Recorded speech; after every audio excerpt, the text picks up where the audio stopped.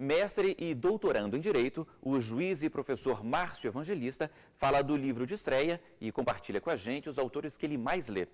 Antes, a conversa é com o premiado escritor José Rezende Júnior, vencedor do Jabuti na categoria Contos e Crônicas.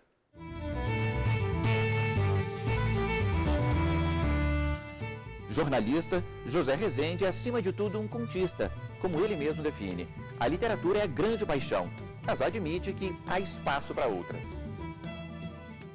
Tudo bom, Rezende? Tudo bem, prazer estar aqui. Bem-vindo. Obrigado.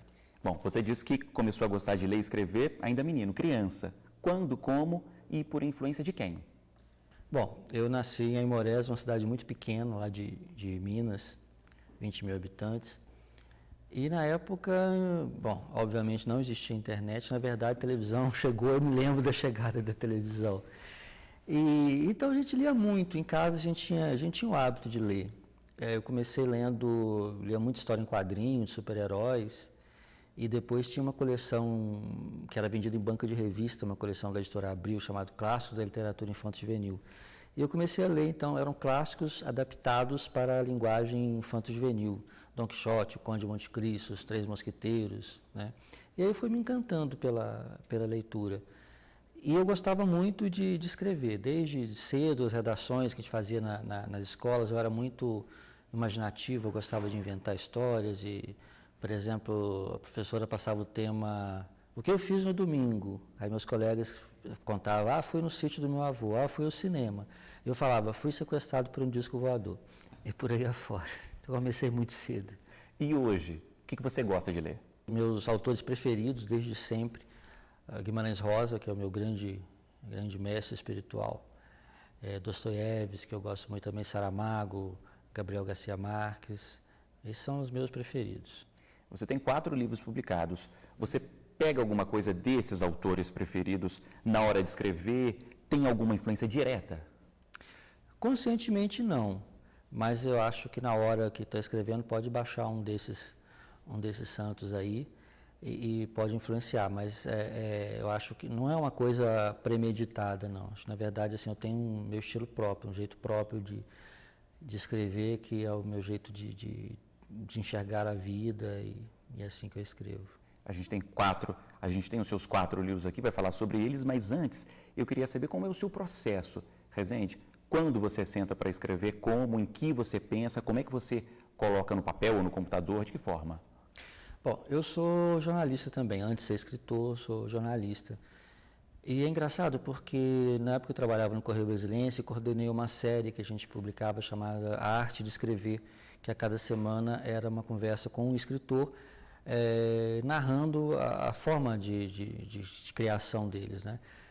90% deles disseram o seguinte, eu tenho uma rotina de escrever. Então, de 8 ao meio-dia eu sento no meu escritório, sento diante do computador e escrevo. Se não tiver inspiração, azar meu, eu fico de castigo de 8 a meio-dia. Então, ele se impunha essa rotina. E mesmo sabendo disso, que todos eles, quase todos fazem isso, eu não consigo fazer isso. Eu tenho pânico da folha em branco ou da tela do computador em branco. Então, eu sento para escrever quando a ideia já está amadurecendo na minha cabeça. Ela primeiro vem, a ideia, e eu não sento para escrever. Vou vivendo a minha vida, e essa ideia ela vai se construindo, ela vai amadurecendo, né? Quando eu já tenho mais ou menos um formato assim, eu já sei como a história começa e já sei como ela termina, aí eu sento para escrever. Agora, o detalhe é que geralmente o final não é o que eu tinha pensado, mas eu preciso ter essa segurança, né, de que eu sei para onde a história está caminhando. Bom, vamos falar sobre os livros agora. O primeiro livro que você lançou foi A Mulher Gorila e Outros Demônios. É bom ressaltar aqui que você é um contista, não é isso? Sim, sou basicamente um contista. Estou tentando partir para o romance, mas é difícil. Assim, a sua cabeça funciona uma estrutura de conto, uma coisa curta, muito densa, muito intensa, muito rápida. Aí é um pouco mais difícil, mas eu estou trabalhando agora no romance, mas eu estou basicamente um contista. Assim. Como é que foi essa sua estreia? A estreia foi muito tardia, eu gostaria de ter começado antes. Eu lembro que quando eu era muito jovem e era jornalista, tinha um jornal alternativo em Belo Horizonte, chamado Malagueta, e a gente foi entrevistar o cartunista, o grande cartunista em fio. E o Enfio falou de o Enfio era mineiro também, ele falou de uma característica do mineiro, que essa coisa do mineiro ser muito tímido, muito recolhido, ficar escondendo o jogo, né? E ele dizia o seguinte, aí de repente, aos 50 anos de idade, explode um grande escritor mineiro. Aí eu fico pensando, poxa, e esse cara, o que ele estava fazendo antes? Porque esperou até os 50. Então eu tinha essa coisa, a maldição do Enfio, que eu chamava, assim, eu tenho que publicar antes dos 50. Eu consegui publicar aos 45, escapei por pouco da maldição do Enfio.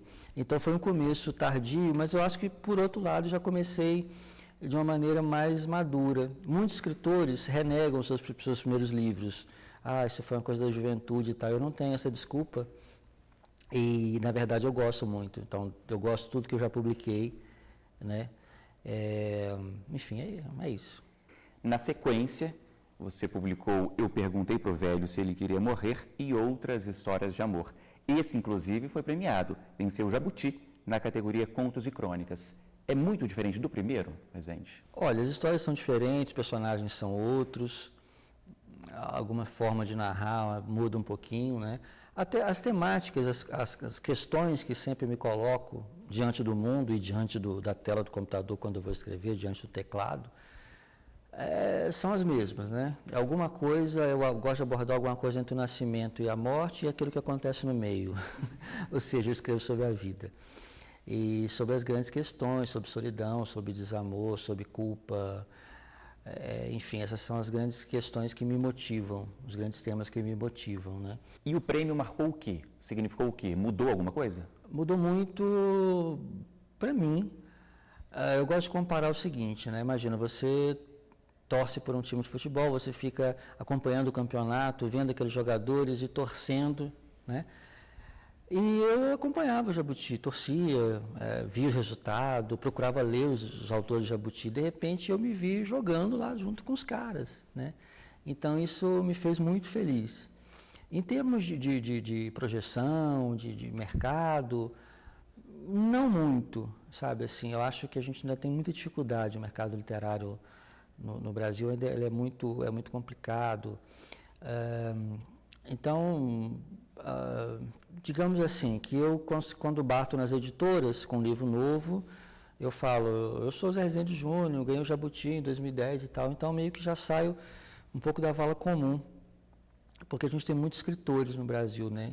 Brincam, fazem uma piada que tem mais escritor do que leitor. Claro que é um exagero, mas a gente tem muita gente escrevendo, muita gente boa escrevendo, ou muita gente que acha que é boa escrevendo, né? Então, as editoras acumulam pilhas e pilhas e pilhas de originais. Mas mesmo vencendo uma premiação importante como essa, você sentiu dificuldade? Sente ainda? Sinto dificuldade, sinto, sim. Eu sinto menos dificuldade porque eu já tenho uma carta de apresentação.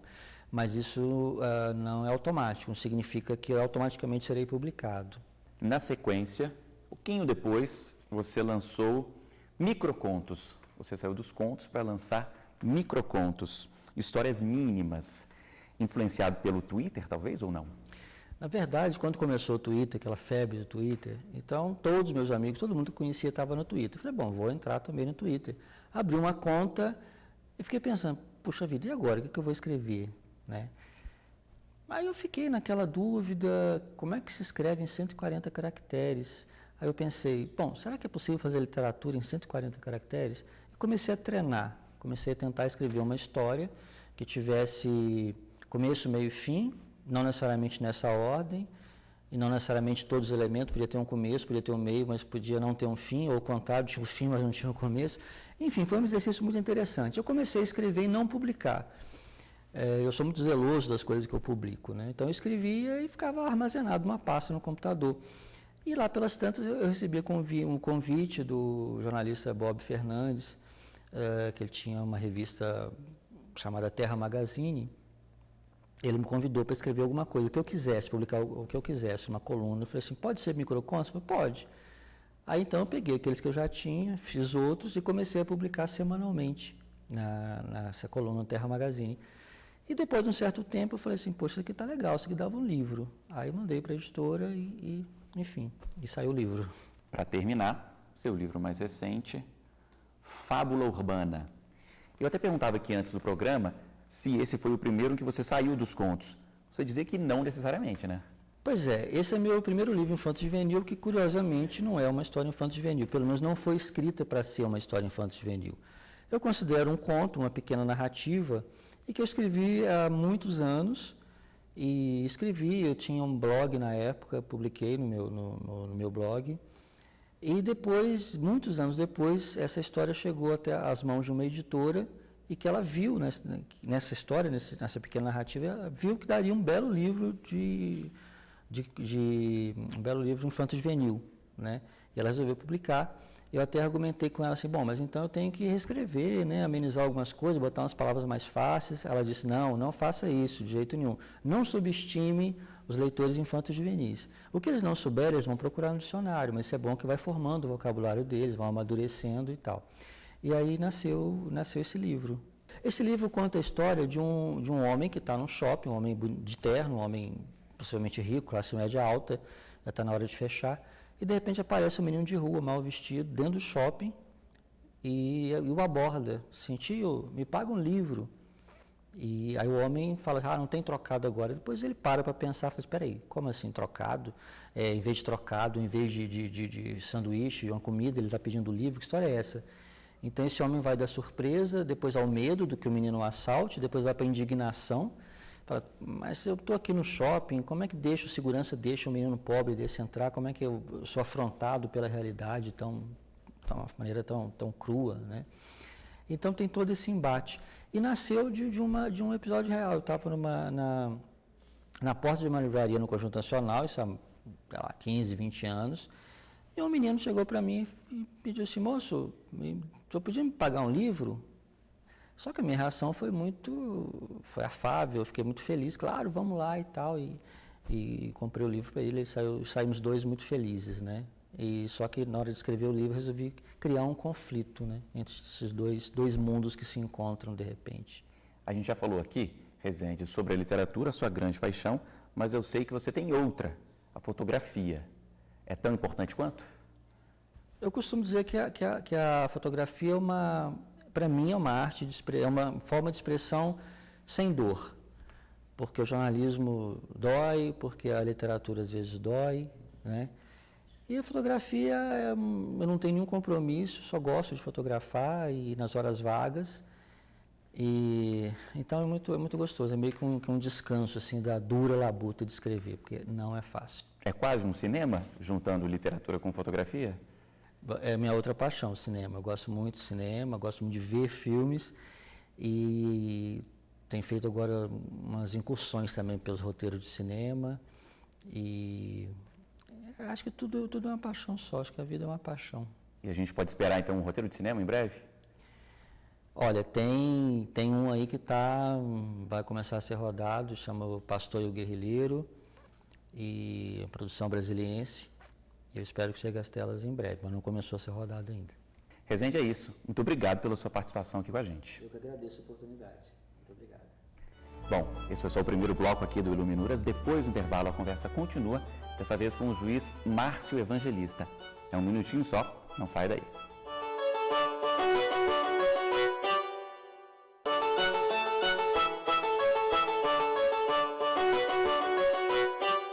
O Iluminuras já está de volta para conversar neste segundo bloco com o juiz Márcio Evangelista. Já está aqui com a gente. Obrigado pela presença. Eu que agradeço o convite. Seu primeiro livro, Márcio, trata das interpretações sobre o crime de homicídio qualificado. É o seu tema, é o tema do dia a dia? Sim, por muito tempo, né, tanto na advocacia como na judicatura. Eu sou juiz desde 2003 aqui no Distrito Federal e fui advogado de 96 até me tornar juiz aqui. E eu trabalhei muito com crime e defendendo na época como advogado e depois como juiz do Tribunal do Júri. Fui juiz do Tribunal do Júri em quase todas as cidades aqui do Distrito Federal e terminei a minha judicatura, vamos dizer assim, no Tribunal do Júri por enquanto, porque é um desejo voltar ao júri, em 2010. Né? Então, foi uma experiência vasta aí, tanto na defesa como juiz, e trouxe para mim muitas angústias sobre a interpretação das qualificadoras do crime de homicídio.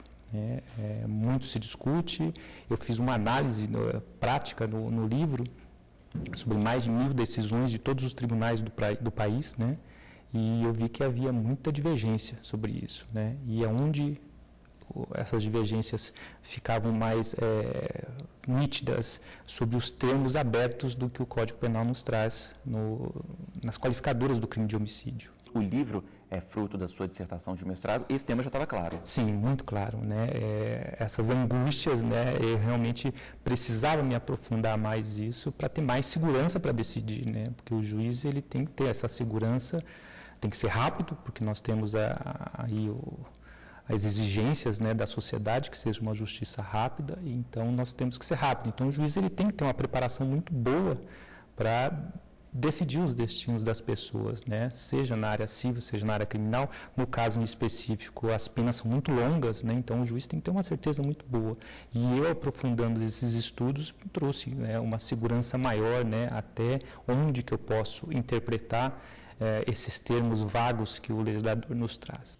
E falando sobre esse tema, você continua estudando ele, dessa vez no doutorado. Eu tenho estudado bastante a parte prática, né, do dia a dia, do estudo do caso concreto, mas com fundamentos. Então, eu tenho estudado William James, estudado bastante a análise econômica do direito, que isso é muito interessante, que muitos podem se pensar, mas o que a análise econômica do direito tem a ver com o crime, tem a ver com o direito, né? É uma parte pragmatismo, né? A análise econômica nos traz ferramentas, instrumentos que nos faz pensar nas consequências dessas decisões. Então, o juiz ele tem que realmente pensar nas consequências da decisão dele. Muito se fala sobre filosofia, sobre teorias, mas e a prática? O que está acontecendo naquela localidade em que o juiz deu aquela decisão? Aquela decisão foi a mais acertada? Aquela decisão gerou o efeito esperado do que é ser justiça, né? A justiça do caso concreto. Então, eu ainda estou um pouco em crise na tese de doutorado, estou evoluindo, né?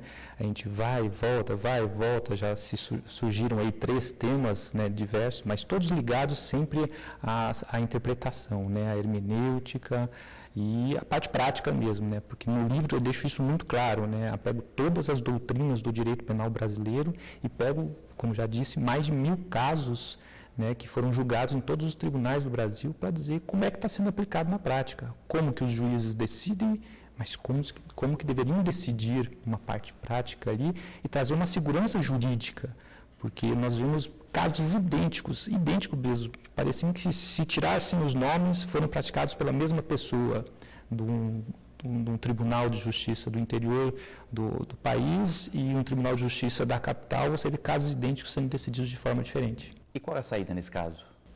A ideia é que você faça um estudo de como que se pode ser interpretado, né? O STF, o STJ tem essa tarefa, né, de trazer os entendimentos pacificados.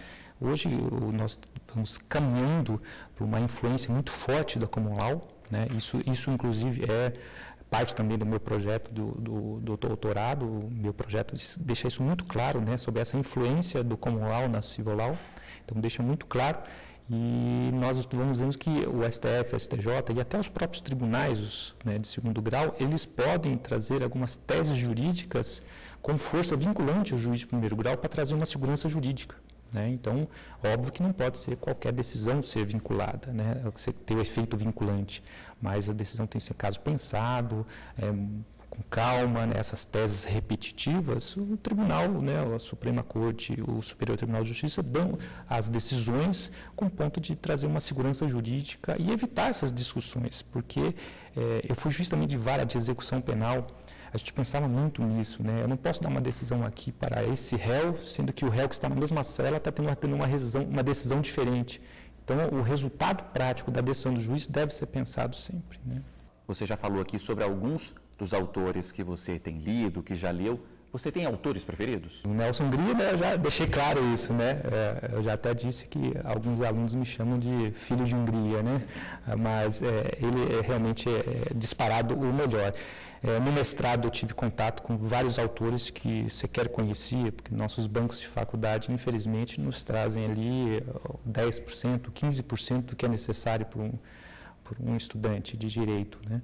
Mas eu tive contato com Chaim Perelman em lógica jurídica, que, no meu entender, é fantástico. Realmente ele nos traz elementos ali de argumento, interpretação, o auditório, né, que ele diz, um auditório universal.